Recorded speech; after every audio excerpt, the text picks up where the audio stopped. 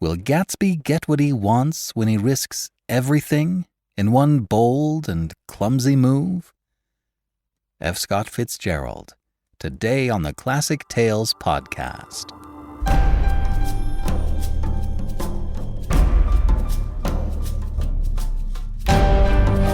Welcome to the Classic Tales podcast. Thank you for listening. Thank you to all of our financial supporters. We couldn't do this without you. We really try to make your support worth your while. For a $5 monthly donation, you get a monthly coupon code for $8 off any audiobook download. Give more and you get more. It really helps us to have something to count on every month, and you help to keep the podcast going strong, giving more folks like you the chance to discover the classics in a curated and easily accessible format. Go to classictalesaudiobooks.com today and become a financial supporter. You'll be glad you did. Thank you so much. You can use your coupons to pick up The Hand of Fu Manchu by Sax Rohmer and The Scarlet Letter by Nathaniel Hawthorne, narrated by Nancy Peterson, with me doing the introductory. Nancy has won an Audie Award, which for an audiobook narrator is like winning an Academy Award. She's crazy good. I hope you like it. I'm thrilled to announce that I've been named as a finalist for 3 Independent Audiobook Awards. There isn't a classics category this year, and so Scaramouche is a finalist in the general fiction category, as well as the Best Male Narrator category. And seriously, getting nominated for the Best Male Narrator is like already winning. All the other narrators in that group are among the best of the best. I've taken coaching from some of them. I'm also a finalist in the Paranormal category for Sucker Punch, the 3rd volume of Kristen Painter's first Fangs Club series. Its genre is technically paranormal women's fiction. Winners are announced in June. I'll let you know how it goes. App users can hear the poem So We'll Go No More A-Roving by George Gordon Lord Byron in the special features for today's episode. Now for our personal moment. Goldie is doing a humorous monologue in the drama competition this year. What is drama competition? Because it sounds made up. So every year, each school can compete against the other schools in the state in drama. There are several events like dramatic or humorous monologues, scenes, musical theater, and one-act plays. Usually, you rehearse for weeks to get your part perfect. Then on the day of the competition, you drive to Salt Lake to compete against kids from around the state in your event. It's a big, huge thing with tons and tons and tons of people. There are 3 rounds, and you're judged by teachers or trained judges. And if you win, you get a medal and you go to state. And they do the whole thing again later for the next round. This year, because of COVID, they're filming their pieces and sending them in. That's it. No day of nerves, no doing it 3 times in front of 3 different sets of audiences or anything like that. Nope. Most of the kids just filmed it at home and didn't even do it at school. They literally phoned it in. Now I guess we just wait and see how she did. Scylla did a ton of coaching with her. She really did a great job. But it's just another way COVID is keeping us in its lingering grip. Stay safe out there, everybody. So that's our personal moment. Hope you liked it. And now, The Great Gatsby, Part 3 of 5 by F. Scott Fitzgerald.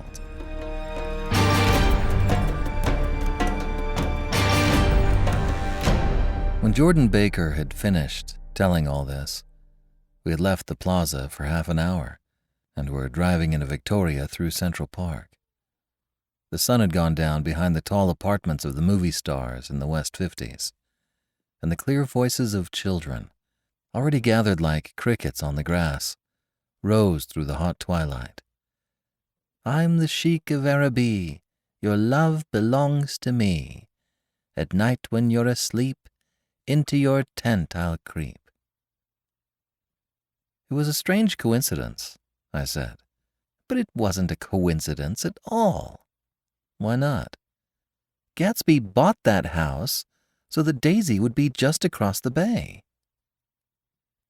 Then it had not been merely the stars to which he had aspired on that June night. He came alive to me, delivered suddenly from the womb of his purposeless splendor. "He wants to know," continued Jordan, "if you'll invite Daisy to your house some afternoon and then let him come over." The modesty of the demand shook me. He had waited 5 years and bought a mansion where he dispensed starlight to casual moths so that he could come over some afternoon to a stranger's garden.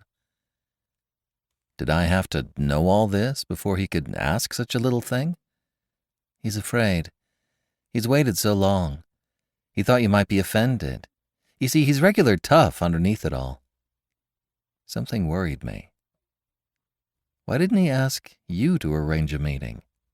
He wants her to see his house, she explained. And your house is right next door. Oh. I think he half expected her to wander into one of his parties some night, went on Jordan. But she never did. Then he began asking people casually if they knew her, and I was the first one he found. It was that night he sent for me at his dance, and you should have heard the elaborate way he worked up to it. Of course, I immediately suggested a luncheon in New York, and I thought he'd go mad. "I don't want to do anything out of the way," he kept saying. "I want to see her right next door." When I said you were a particular friend of Tom's, he started to abandon the whole idea. He doesn't know very much about Tom, though he says he's read a Chicago paper for years, just on the chance of catching a glimpse of Daisy's name.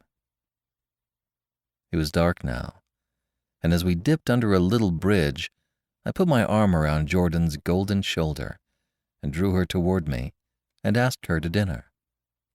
Suddenly I wasn't thinking of Daisy and Gatsby anymore, but of this clean, hard, limited person who dealt in universal skepticism and who leaned back jauntily just within the circle of my arm. A phrase began to beat in my ears with a sort of heady excitement. There are only the pursued, the pursuing, the busy, and the tired. And Daisy ought to have something in her life, murmured Jordan to me. Does she want to see Gatsby? She's not to know about it. Gatsby doesn't want her to know. You're just supposed to invite her to tea. We passed a barrier of dark trees, and then a facade of 59th Street. A block of delicate pale light beamed down into the park. Unlike Gatsby and Tom Buchanan, I had no girl whose disembodied face floated along the dark cornices and blinding signs. So I drew up the girl beside me, tightening my arms. Her wan, scornful mouth smiled, and so I drew her up again closer, this time to my face. 5. When I came home to West Egg that night, I was afraid for a moment that my house was on fire. 2 o'clock, and the whole corner of the peninsula was blazing with light, which fell unreal on the shrubbery and made thin, elongating glints upon the roadside wires. Turning a corner, I saw that it was Gatsby's house, lit from tower to cellar. At first I thought it was another party, a wild rout that had resolved itself into hide-and-go-seek or sardines in the box, with all the house thrown open to the game. But there wasn't a sound, only wind in the trees, which blew the wires and made the lights go off and on again, as if the house had winked into the darkness. As my taxi groaned away, I saw Gatsby walking towards me across his lawn. "Your place looks like the World's Fair," I said. "Does it?" He turned his eyes toward it absently. "I've been glancing into some of the rooms. Let's go to Coney Island, old sport, in my car." "It's too late." "Well, suppose we take a plunge in the swimming pool. I haven't made use of it all summer." "I've got to go to bed." "All right." He waited, looking at me with suppressed eagerness. "I talked with Miss Baker," I said after a moment. "I'm going to call up Daisy tomorrow and invite her over here to tea." "Oh, that's all right," he said carelessly. "I don't want to put you to any trouble." "What day would suit you?" "What day would suit you?" he corrected me quickly. "I don't want to put you to any trouble, you see." "How about the day after tomorrow?" He considered for a moment. Then, with reluctance, "I want to get the grass cut," he said. We both looked down at the grass. There was a sharp line where my ragged lawn ended, and the darker, well-kept expanse of his began. I suspected that he meant my grass. "There's another little thing," he said uncertainly, and hesitated. "Would you rather put it off for a few days?" I asked. "Oh, it isn't about that. At least," he fumbled with a series of beginnings. "Why, I thought... Why, look here, old sport. You don't make much money, do you?" "Not very much." This seemed to reassure him, and he continued more confidently. "I thought you didn't, if you'll pardon my... You see, I carry on a little business on the side, a sort of sideline, you understand. And I thought that if you don't make very much, you're selling bonds, aren't you, old sport?" "Trying to." "Well, this would interest you. It wouldn't take up much of your time, and you might pick up a nice bit of money. It happens to be a rather confidential sort of thing." I realize now that under different circumstances, that conversation might have been one of the crises of my life. But because the offer was obviously and tactlessly for a service to be rendered, I had no choice except to cut him off there. "I've got my hands full," I said. "I'm much obliged, but I couldn't take on any more work."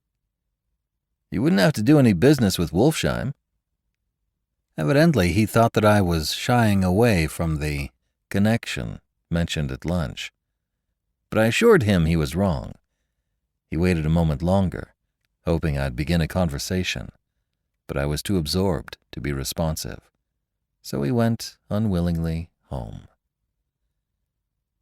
The evening had made me light-headed and happy.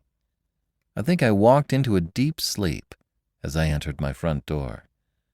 So I don't know whether or not Gatsby went to Coney Island or for how many hours he glanced into rooms while his house blazed gaudily on. I called up Daisy from the office next morning and invited her to come to tea. "Don't bring Tom," I warned her. "What?" "Don't bring Tom." "Who is Tom?" she asked innocently. The day agreed upon was pouring rain.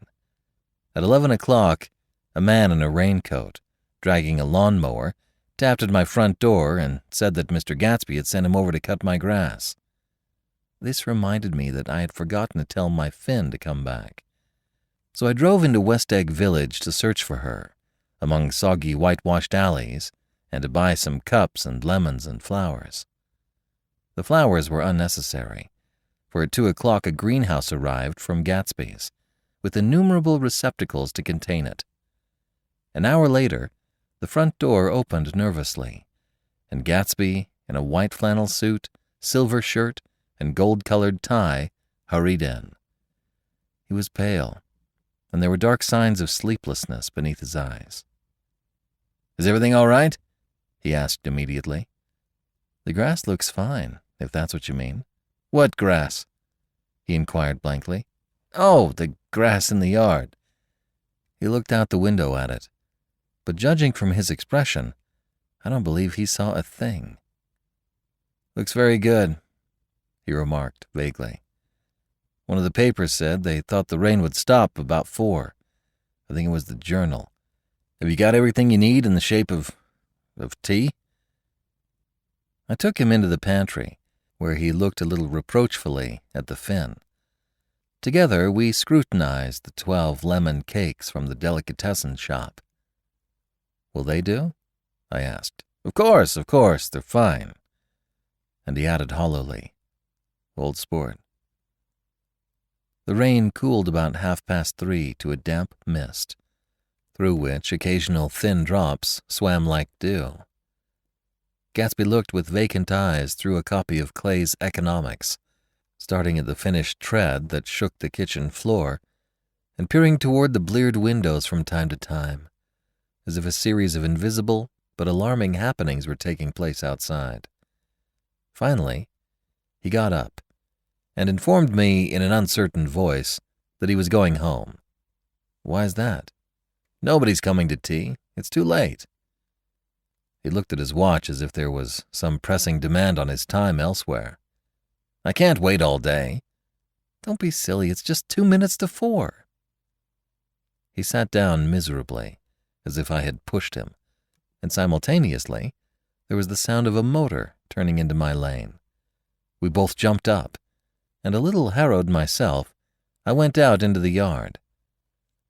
Under the dripping bare lilac trees, a large open car was coming up the drive. It stopped.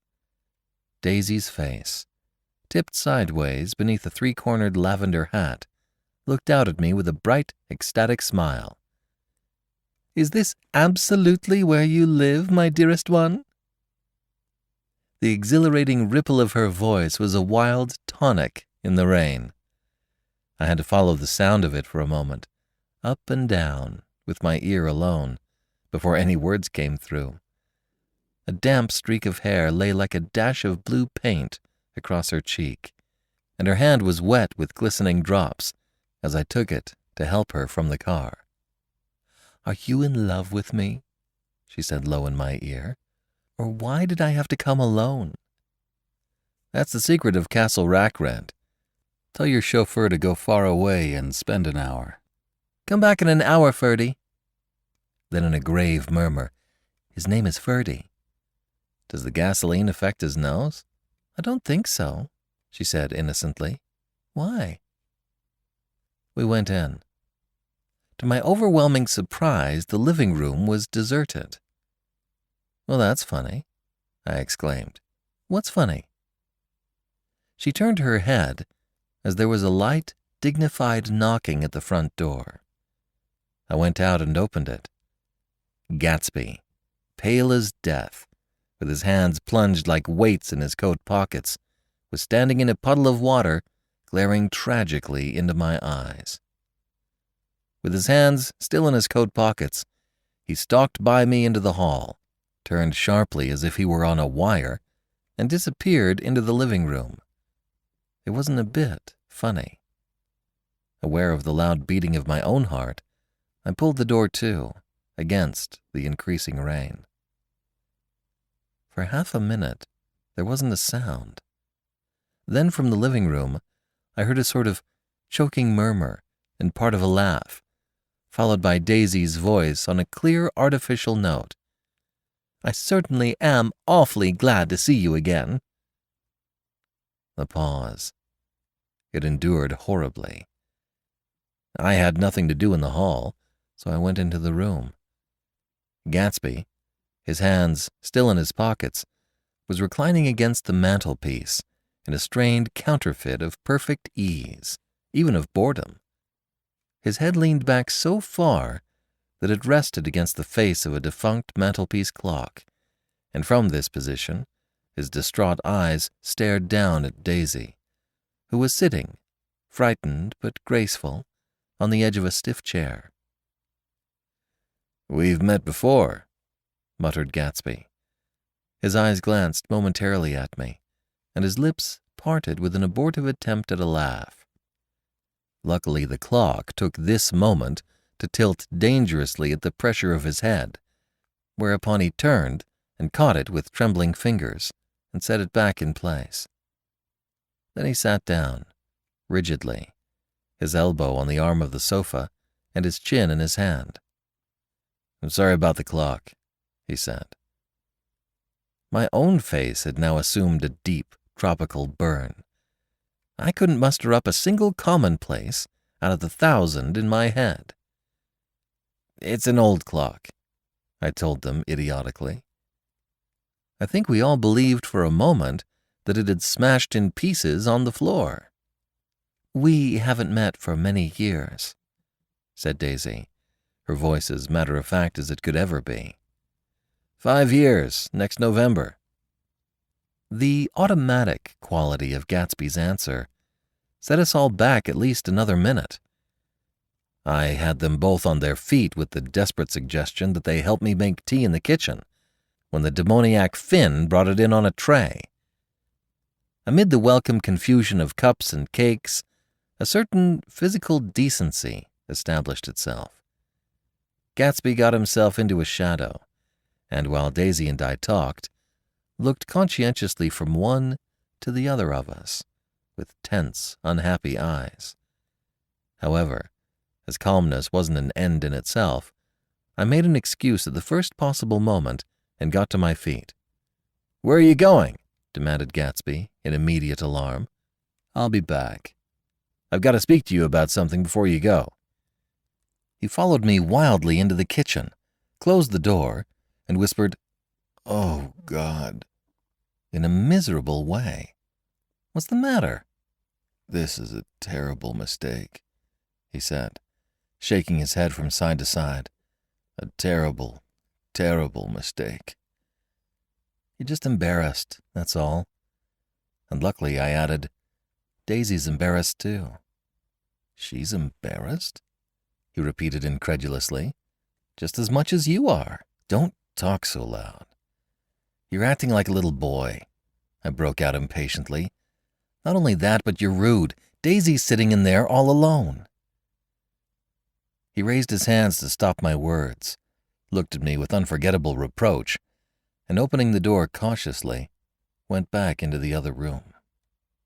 I walked out the back way, just as Gatsby had when he made his nervous circuit of the house half an hour before, and ran for a huge black knotted tree, whose massed leaves made a fabric against the rain.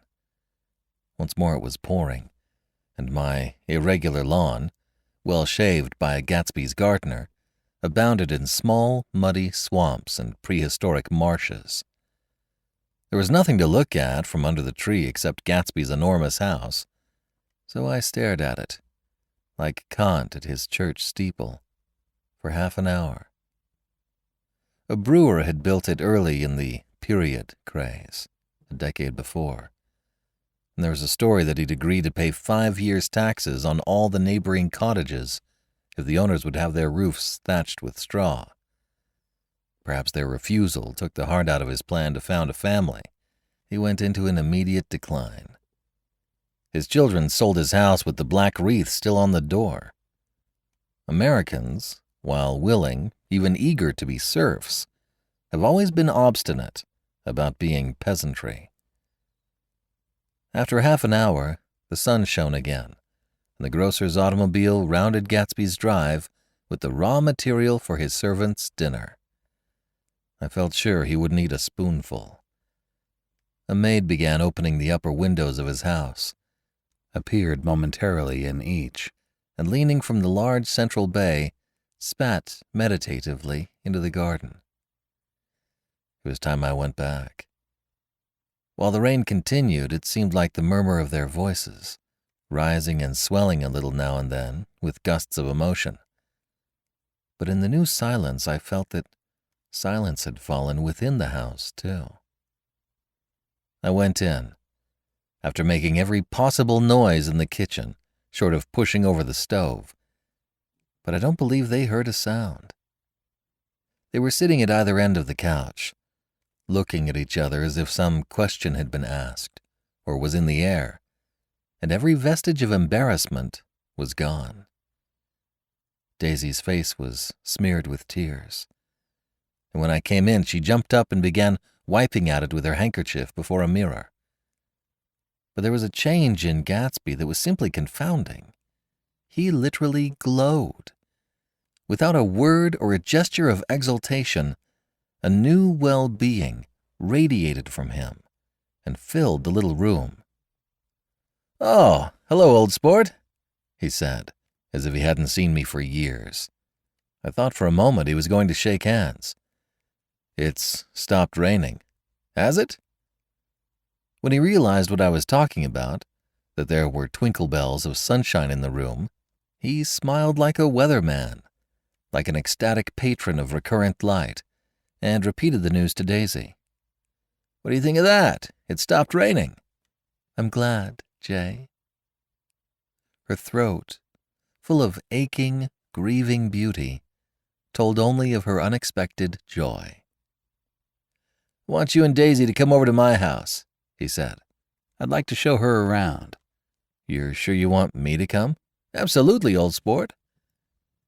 Daisy went upstairs to wash her face. Too late, I thought with humiliation of my towels, while Gatsby and I waited on the lawn. "My house looks well, doesn't it?" he demanded. "See how the whole front of it catches the light?" I agreed that it was splendid.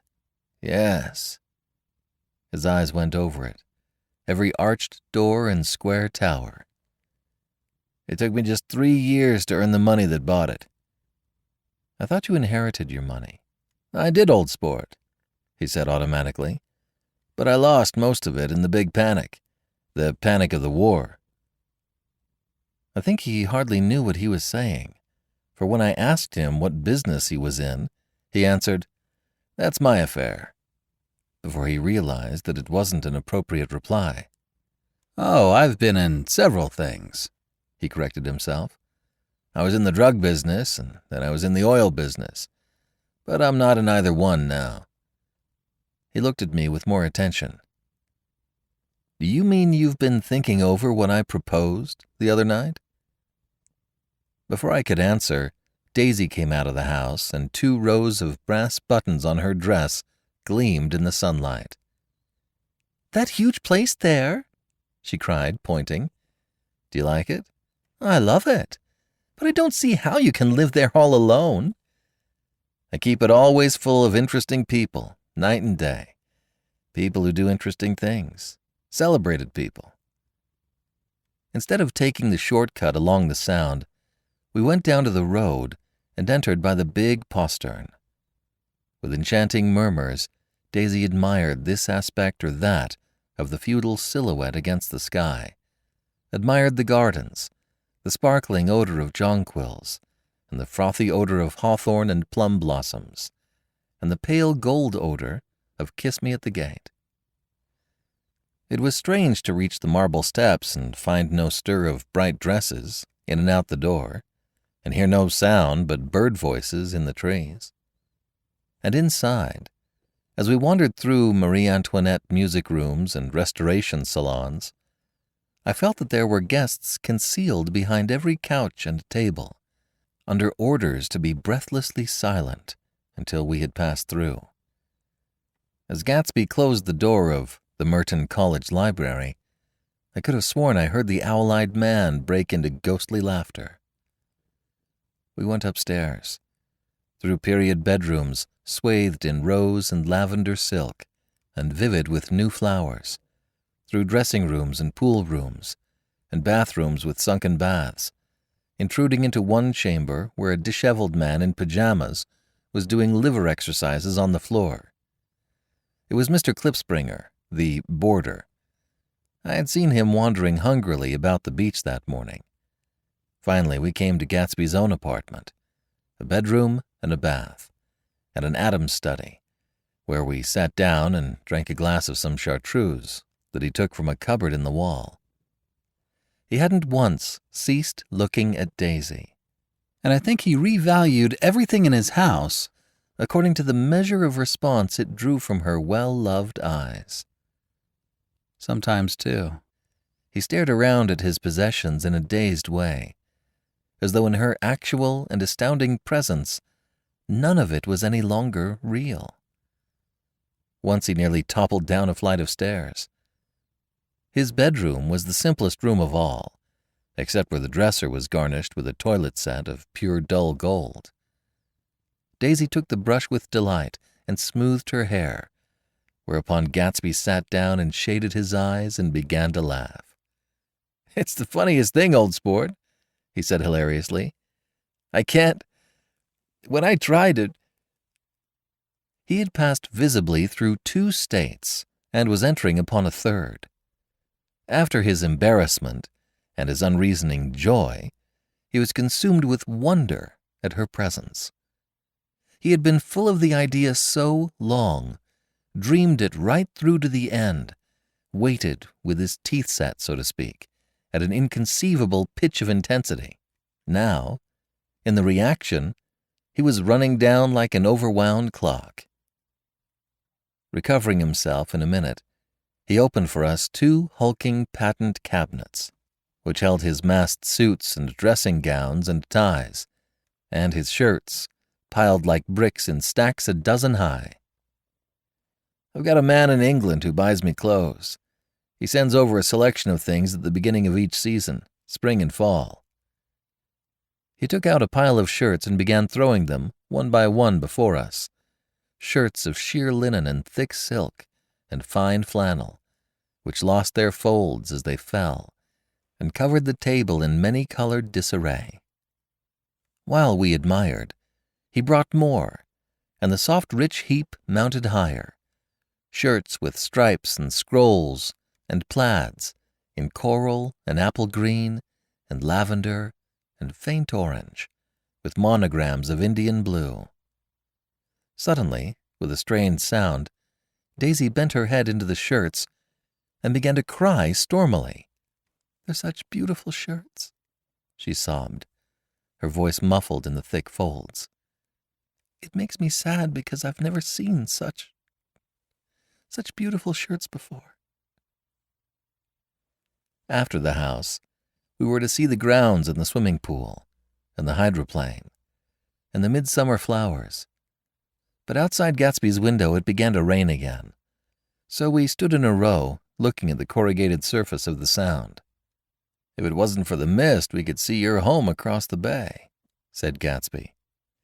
"You always have a green light that burns all night at the end of your dock." Daisy put her arm through his abruptly, but he seemed absorbed in what he had just said. Possibly it had occurred to him that the colossal significance of that light had now vanished forever. Compared to the great distance that had separated him from Daisy, it had seemed very near to her, almost touching her. It had seemed as close as a star to the moon. Now it was again a green light on a dock. His count of enchanted objects had diminished by 1. I began to walk about the room, examining various indefinite objects in the half-darkness. A large photograph of an elderly man in yachting costume attracted me, hung on the wall over his desk. "Who's this?" "That? That's Mr. Dan Cody, old sport." His name sounded faintly familiar. "He's dead now. He used to be my best friend years ago." There was a small picture of Gatsby, also in yachting costume, on the bureau. Gatsby, with his head thrown back defiantly, taken apparently when he was about 18. "I adore it," exclaimed Daisy. "The pompadour! You never told me you had a pompadour, or a yacht." "Look at this," said Gatsby quickly. "Here's a lot of clippings about you." They stood side by side examining it. I was going to ask to see the rubies when the phone rang, and Gatsby took up the receiver. "Yes. Well, I can't talk now. I can't talk now, old sport. I said a small town. He must know what a small town is. Well, he's no use to us if Detroit is his idea of a small town." They rang off. "Come here, quick!" cried Daisy at the window. The rain was still falling, but the darkness had parted in the west, and there was a pink and golden billow of foamy clouds above the sea. "Look at that," she whispered. And then after a moment, "I'd like to just get one of those pink clouds and put you in it and push you around." I tried to go then, but they wouldn't hear of it. Perhaps my presence made them feel more satisfactorily alone.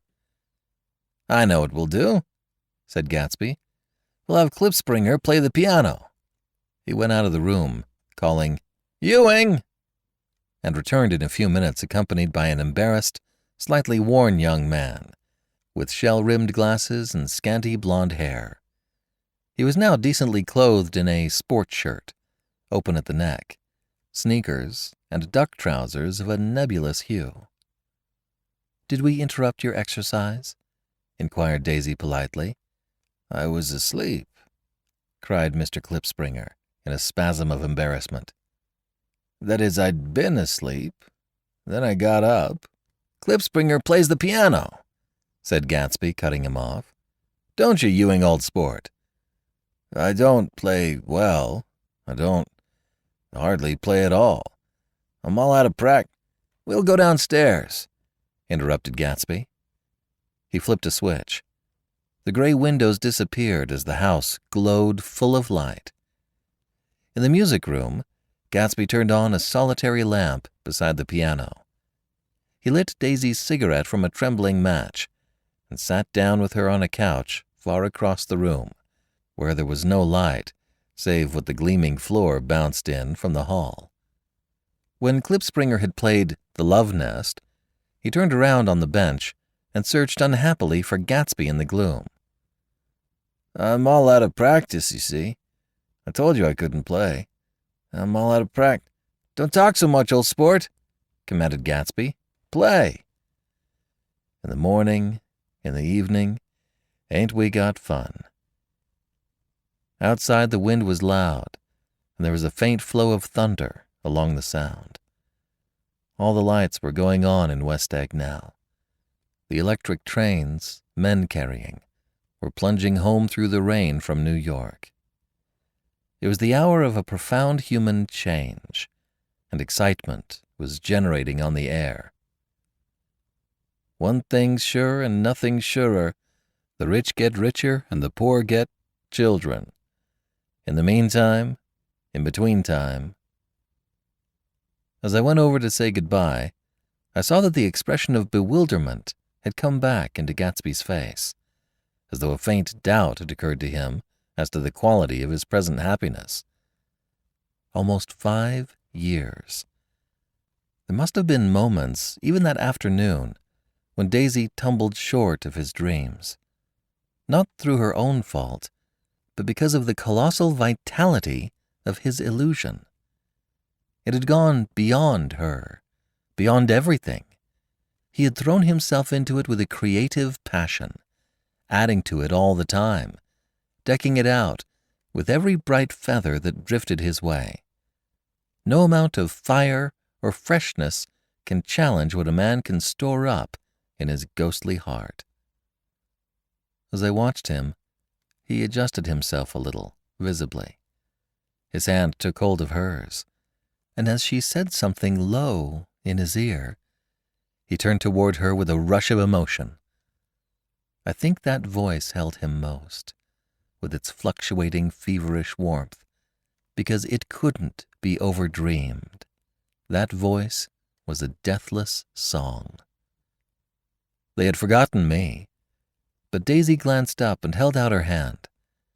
Gatsby didn't know me now at all. I looked once more at them, and they looked back at me, remotely, possessed by intense life. Then I went out of the room and down the marble steps into the rain, leaving them there together.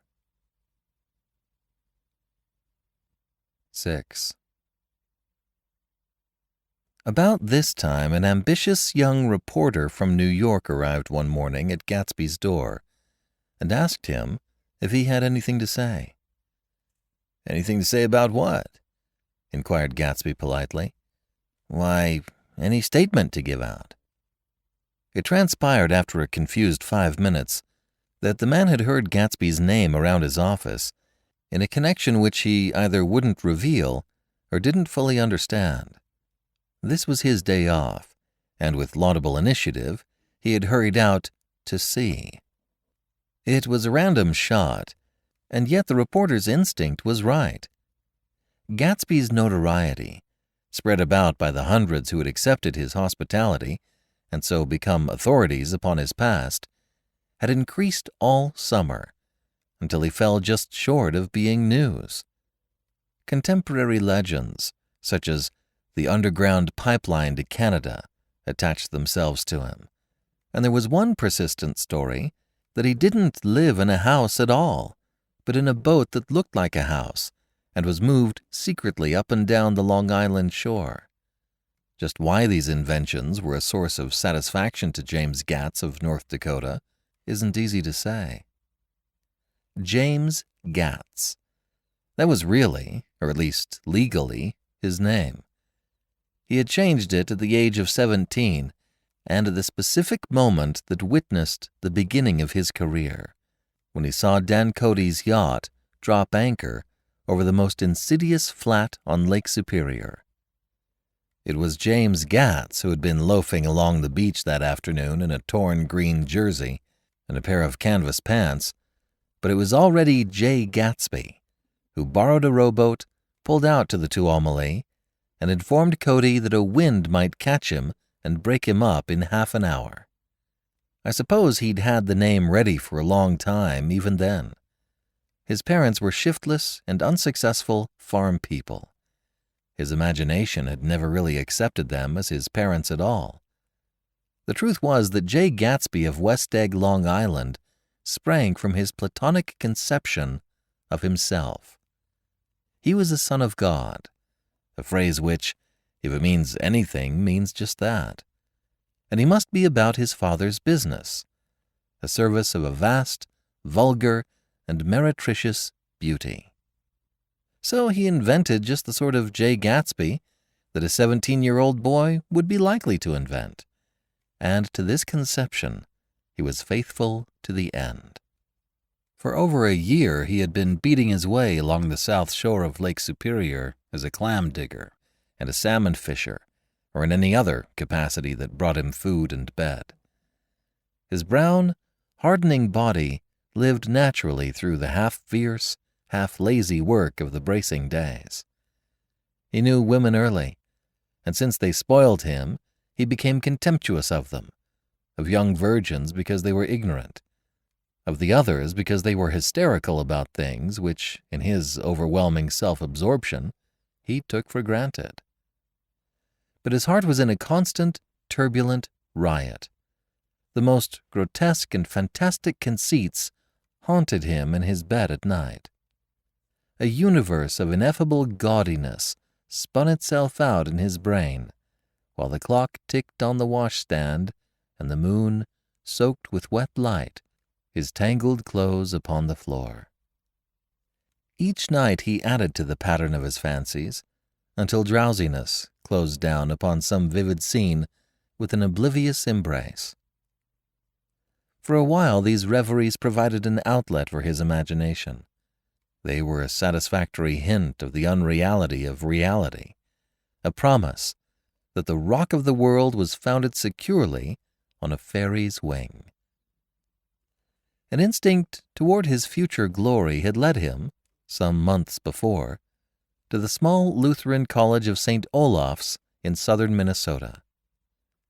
He stayed there 2 weeks, dismayed at its ferocious indifference to the drums of his destiny, to destiny itself, and despising the janitor's work with which he was to pay his way through.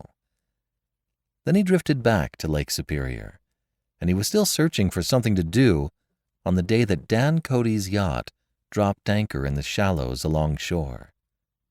Cody was 50 years old then, a product of the Nevada silver fields, of the Yukon, of every rush for metal since '75. The transactions in Montana copper that made him many times a millionaire found him physically robust, but on the verge of soft-mindedness, and, suspecting this, an infinite number of women tried to separate him from his money. The none too savory ramifications by which Ella Kay, the newspaper woman, played Madame de Maintenon to his weakness and set him to sea in a yacht, were common property of the turgid journalism in 1902. He had been coasting along all too hospitable shores for 5 years when he turned up as James Gatz's destiny in Little Girl Bay. To young Gatz, resting on his oars and looking up at the railed deck, that yacht represented all the beauty and glamour in the world. I suppose he smiled at Cody. He had probably discovered that people liked him when he smiled. At any rate, Cody asked him a few questions, One of them elicited the brand new name and found that he was quick and extravagantly ambitious. A few days later, he took him to Duluth and bought him a blue coat, 6 pairs of white duck trousers, and a yachting cap. And when the Tuolumne left for the West Indies and the Barbary Coast, Gatsby left too. He was employed in a vague personal capacity. While he remained with Cody, he was in turn steward, mate, skipper, secretary, and even jailer. For Dan Cody sober knew what lavish doings Dan Cody drunk might soon be about, and he provided for such contingencies by reposing more and more trust in Gatsby. The arrangement lasted 5 years, during which the boat went 3 times around the continent. It might have lasted indefinitely, except for the fact that Ella Kay came on board one night in Boston, and a week later, Dan Cody inhospitably died.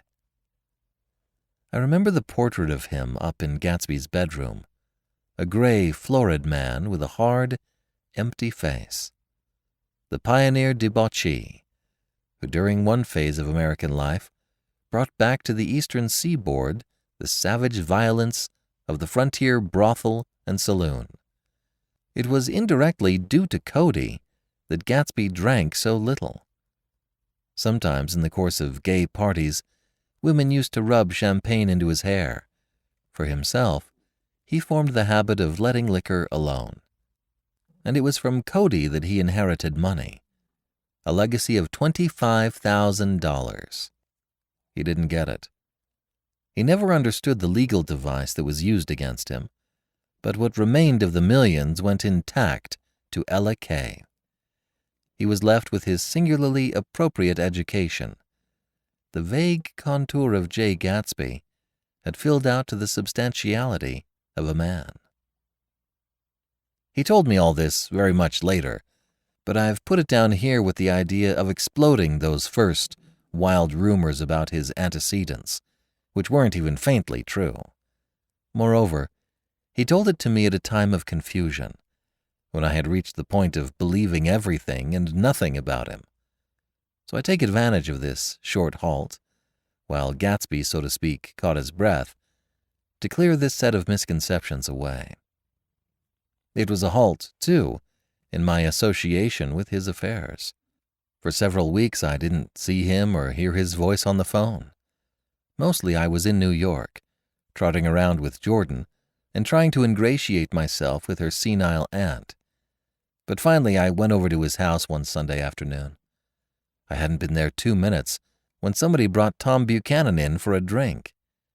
I was startled, naturally, but the really surprising thing was that it hadn't happened before. They were a party of 3 on horseback, Tom and a man named Sloane and a pretty woman in a brown riding habit, who had been there previously. "I'm delighted to see you," said Gatsby, standing on his porch. "I'm delighted that you dropped in." As though they cared. "Sit right down. Have a cigarette or a cigar." He walked around the room quickly, ringing bells. "I'll have something to drink for you in just a minute." He was profoundly affected by the fact that Tom was there, but he would be uneasy anyhow until he had given them something, realizing in a vague way that that was all they came for. Mr. Sloane wanted nothing. A lemonade? No, thanks. A little champagne? Nothing at all, thanks. I'm sorry. Did you have a nice ride? Very good roads around here. I suppose the automobiles? Yeah. Moved by an irresistible impulse, Gatsby turned to Tom, who had accepted the introduction as a stranger.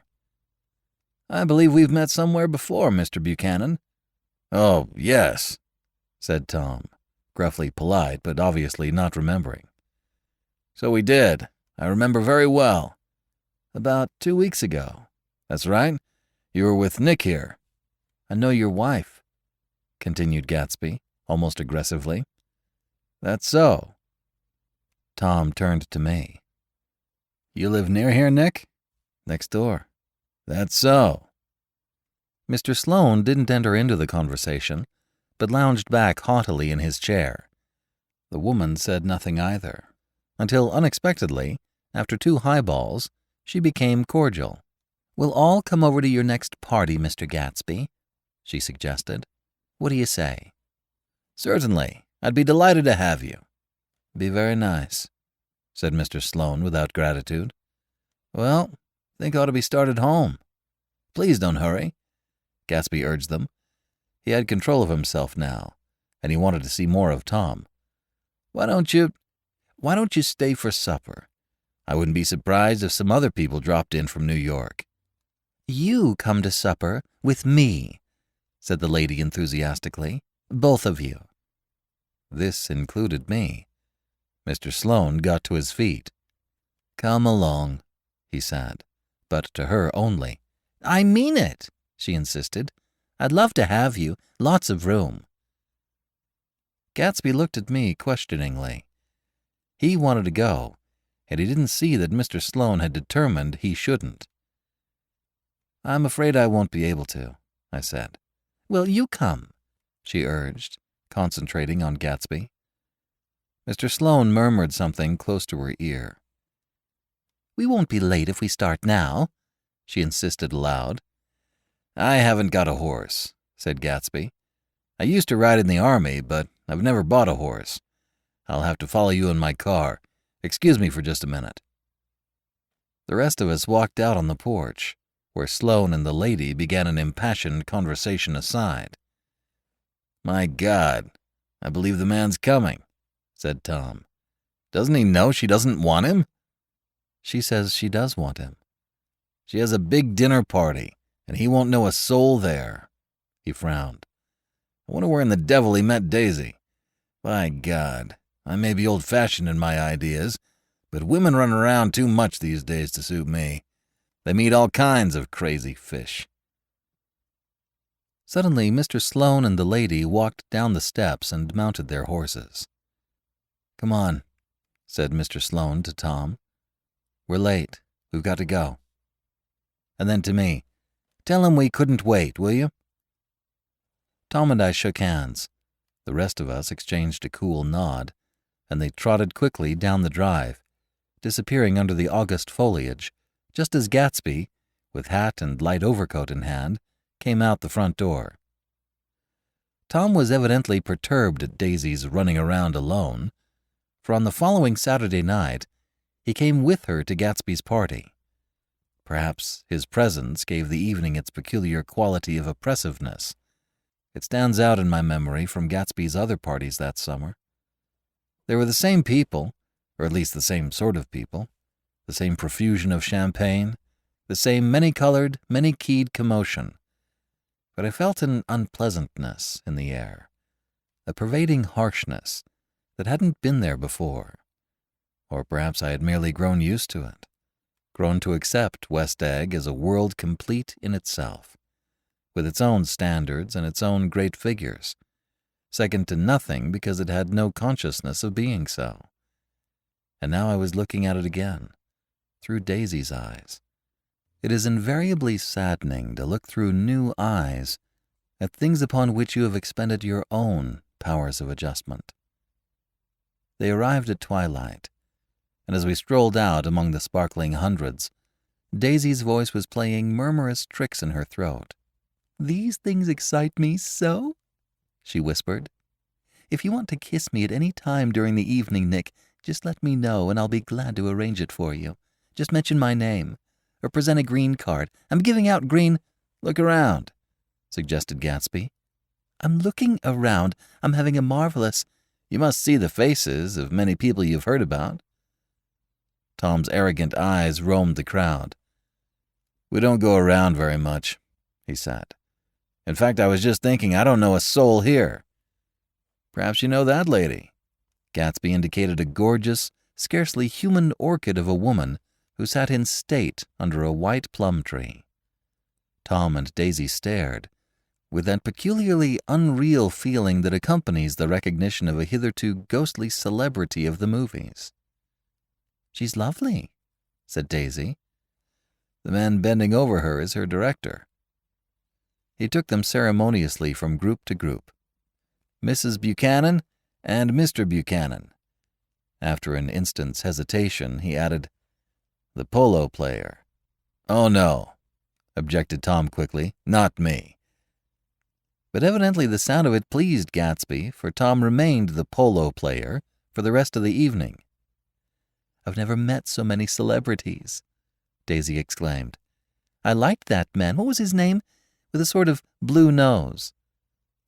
Gatsby identified him, adding that he was a small producer. "Well, I liked him anyhow." "I'd a little rather not be the polo player," said Tom pleasantly. "I'd rather look at all these famous people in oblivion." Daisy and Gatsby danced. I remember being surprised by his graceful conservative foxtrot. I had never seen him dance before. Then they sauntered over to my house and sat on the steps for half an hour, while, at her request, I remained watchfully in the garden. "In case there's a fire or a flood," she explained, "or any act of God." Tom appeared from his oblivion as we were sitting down to supper together. "Do you mind if I eat with some people over here?" he said. "A fellow's getting off some funny stuff." "Go ahead," answered Daisy genially. "And if you want to take down any addresses, here's my little gold pencil." She looked around for a moment and told me the girl was common but pretty, and I knew that except for the half hour she'd been alone with Gatsby, she wasn't having a good time. We were at a particularly tipsy table. That was my fault. Gatsby had been called to the phone, and I'd enjoyed these same people only 2 weeks before. But what had amused me then turned septic on the air now. "How do you feel, Miss Baedeker?" The girl addressed was trying, unsuccessfully, to slump against my shoulder. At this inquiry, she sat up and opened her eyes. "What?" A massive and lethargic woman, who had been urging Daisy to play golf with her at the local club tomorrow, spoke in Miss Baedeker's defense. "Oh, she's all right now. When she's had 5 or 6 cocktails, she always starts screaming like that. I tell her she ought to leave it alone." "I do leave it alone," affirmed the accused, hollowly. "We heard you yelling, so I said to Doc Civet here, 'There's somebody that needs your help, Doc.'" "She's much obliged, I'm sure," said another friend without gratitude. "But you got her dress all wet when you stuck her head in the pool." "Anything I hate is to get my head stuck in a pool," mumbled Miss Baedeker. "They almost drowned me once over in New Jersey." "Then you ought to leave it alone," countered Dr. Civet. "Speak for yourself," cried Miss Baedeker violently. "Your hand shakes. I wouldn't let you operate on me." It was like that. Almost the last thing I remember was standing with Daisy and watching the moving picture director and his star. They were still under the white plum tree, and their faces were touching except for a pale, thin ray of moonlight between. It occurred to me that he had been very slowly bending toward her all evening to attain this proximity, and even while I watched, I saw him stoop one ultimate degree and kiss at her cheek. "I like her," said Daisy. "I think she's lovely." But the rest offended her, and inarguably, because it wasn't a gesture, but an emotion. She was appalled by West Egg, this unprecedented place that Broadway had begotten upon a Long Island fishing village, appalled by its raw vigor that chafed under the old euphemisms, and by the too obtrusive fate that herded its inhabitants along a shortcut from nothing to nothing. She saw something awful in the very simplicity she failed to understand. I sat on the front steps with them while they waited for their car. It was dark here in front. Only the bright door sent 10 square feet of light volleying out into the soft black morning. Sometimes a shadow moved against a dressing-room blind above, gave way to another shadow, an indefinite procession of shadows, who rouged and powdered in an invisible glass. "Who is this Gatsby, anyhow?" demanded Tom suddenly. "Some big bootlegger?" "Where'd you hear that?" I inquired. "I didn't hear it. I imagined it. A lot of these newly rich people are just big bootleggers, you know." "Not Gatsby," I said shortly. He was silent for a moment. The pebbles of the drive crunched under his feet. Well, he certainly must have strained himself to get this menagerie together. A breeze stirred the gray haze of Daisy's fur collar. At least they are more interesting than the people we know, she said with an effort. You didn't look so interested. Well, I was. Tom laughed and turned to me.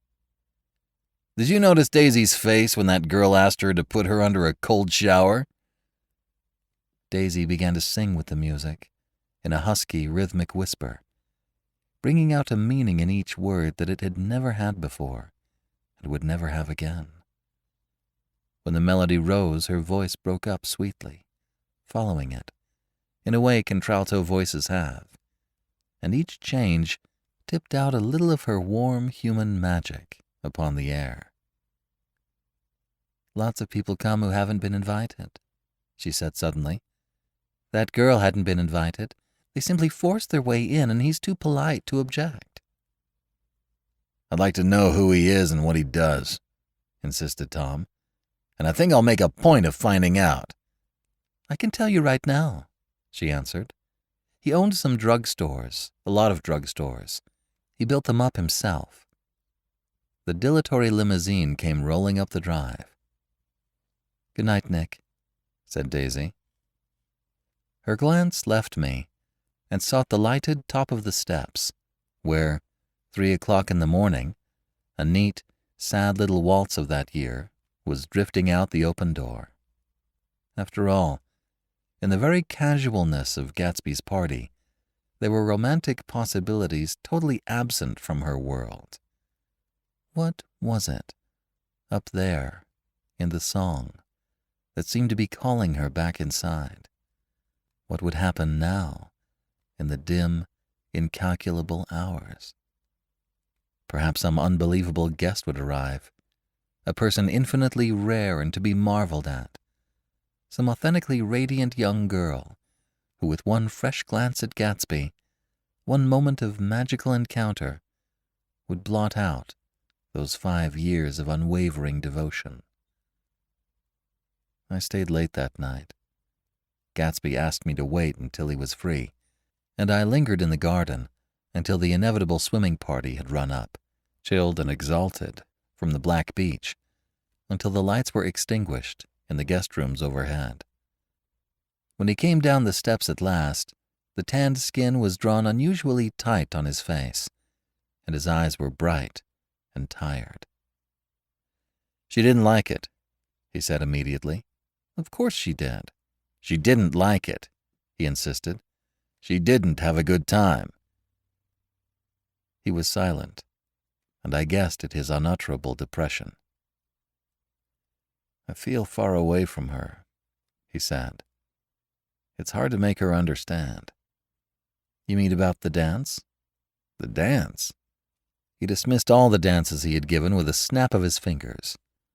Old sport, the dance is unimportant.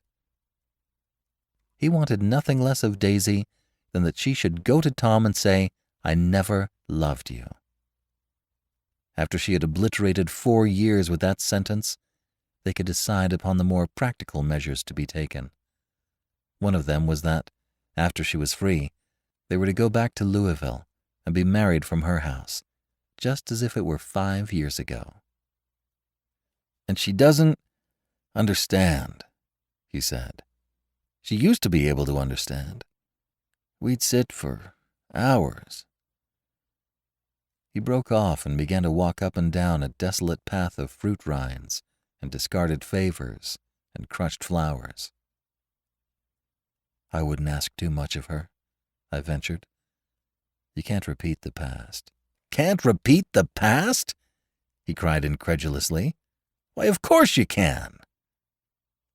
He looked around him wildly, as if the past were lurking here in the shadow of his house, just out of reach of his hand. I'm going to fix everything just the way it was before, he said, nodding determinedly. She'll see.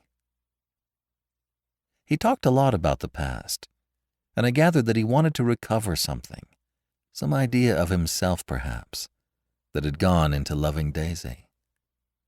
His life had been confused and disordered since then. But if he could once return to a certain starting place and go over it all slowly, he could find out what that thing was. One autumn night, 5 years before, they had been walking down the street when the leaves were falling, and they came to a place where there were no trees, and the sidewalk was white with moonlight. They stopped here and turned toward each other. Now it was a cool night, with that mysterious excitement in it, which comes at the 2 changes of the year. The quiet lights in the houses were humming out into the darkness, and there was a stir and bustle among the stars. Out of the corner of his eye, Gatsby saw that the blocks of the sidewalks really formed a ladder and mounted to a secret place above the trees. He could climb to it if he climbed alone, and once there, he could suck on the pap of life, gulp down the incomparable milk of wonder. His heart beat faster as Daisy's white face came up to his own. He knew that when he kissed this girl and forever wed his unutterable visions to her perishable breath, his mind would never romp again like the mind of God. So he waited, listening for a moment longer to the tuning fork that had been struck upon a star. Then he kissed her. At his lips' touch, she blossomed for him like a flower, and the incarnation was complete. Through all he said, even through his appalling sentimentality, I was reminded of something, an elusive rhythm, a fragment of lost words that I had heard somewhere a long time ago. For a moment, a phrase tried to take shape in my mouth, and my lips parted like a dumb man's, as though there was more struggling upon them than a wisp of startled air. But they made no sound, and what I had almost remembered was uncommunicable, forever.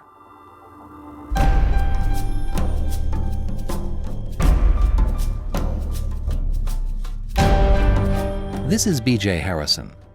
I hope you've enjoyed this unabridged production of The Great Gatsby, Part 3 of 5 by F. Scott Fitzgerald. If you have enjoyed this book, please visit our website at classictalesaudiobooks.com and sign up to be a financial supporter. Donate $5 a month and get a monthly coupon code for $8 off any audiobook. You'll be glad you did.